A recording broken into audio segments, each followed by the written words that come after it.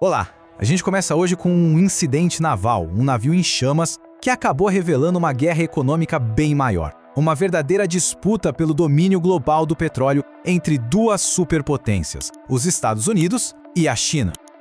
Então, vamos mergulhar nessa história. Tudo começa com uma cena que parece de filme. Um navio iraniano tentando, de forma desesperada, furar um bloqueio americano em pleno Estreito de Hormuz. E essa atitude nos leva direto a uma pergunta central. Pensa bem, a carga a bordo devia ser tão importante, mas tão importante, que valia a pena correr o risco de um confronto direto. Mas por quê? O que será que eles estavam transportando de tão valioso?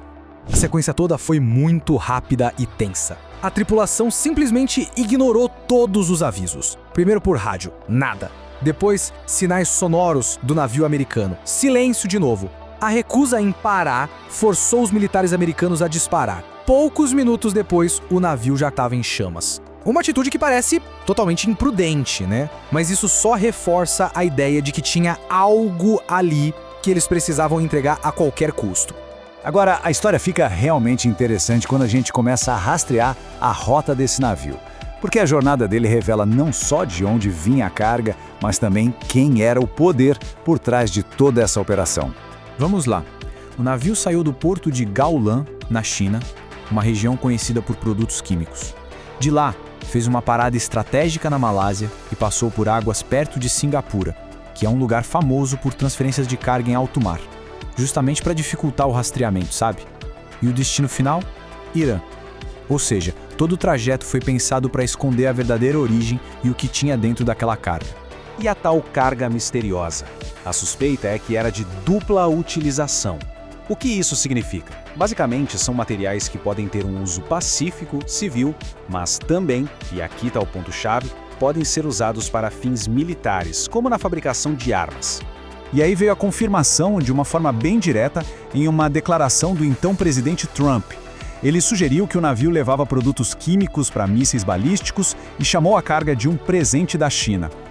Isso muda completamente o cenário porque aponta para uma colaboração direta entre China e Irã em material militar bem sensível. E olha, esse navio é só a ponta do iceberg. Ele é a pista para um conflito muito, mas muito maior. Um conflito que não se luta com exércitos, mas sim com o controle da economia global. Essa citação, vinda da fonte original, deixa a estratégia americana bem clara. A disputa não é só sobre o Irã. É uma guerra econômica, para frear o domínio da China no comércio de petróleo e garantir que o dólar continue sendo a moeda de referência no mundo. Afinal, manter o petróleo cotado em dólar é um dos pilares do poder financeiro americano. Então, é como se existissem dois campos de batalha. De um lado tem a fúria militar, que é a parte que a gente vê, as interceptações, os confrontos. Mas a guerra de verdade, a mais profunda, é a fúria econômica. Uma luta silenciosa pelo controle da energia e do sistema financeiro mundial. E para provar que aquele primeiro navio não foi um caso isolado, pouco tempo depois, outra embarcação virou alvo dos americanos. Isso confirma que existe um padrão claro de ação. Dessa vez foi o navio tanque MT Tiffany, que foi abordado lá no Oceano Índico. E um detalhe, ele estava navegando sem bandeira, o que, de acordo com as sanções internacionais, o torna um alvo legítimo. E o que ele levava? Uma quantidade, absurda. 2 milhões de barris de petróleo bruto iraniano. Esse número, por si só, já mostra a escala gigantesca do comércio ilegal que os Estados Unidos estão tentando parar. Pois é, esse navio fazia parte de uma rede que pratica o que se chama de lavagem de petróleo. Funciona assim. Eles levam o petróleo sancionado para áreas com pouca fiscalização, transferem a carga para outro navio e esse segundo navio segue para o destino final. E quem é o principal comprador desse petróleo? A China, que continua desafiando as sanções para suprir sua enorme necessidade de energia. Bom, esses incidentes mostram um padrão bem claro. Mas quais são as consequências de tudo isso? O que esse confronto crescente significa para a economia global e para o futuro da energia no mundo? O cenário geral é de risco altíssimo. Essas interceptações navais criam uma instabilidade enorme em rotas marítimas vitais por onde passa boa parte do petróleo do mundo.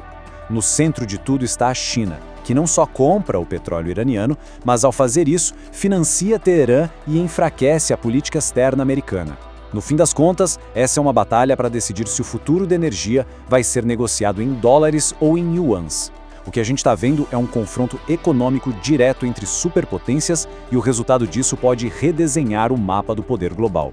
E a pergunta que fica no ar é a seguinte: nesse jogo de xadrez de altíssimo risco, com os Estados Unidos aumentando a fiscalização e a China continuando a desafiar as sanções, qual das superpotências vai sair por cima? A resposta para isso, com certeza, vai moldar o futuro do poder mundial.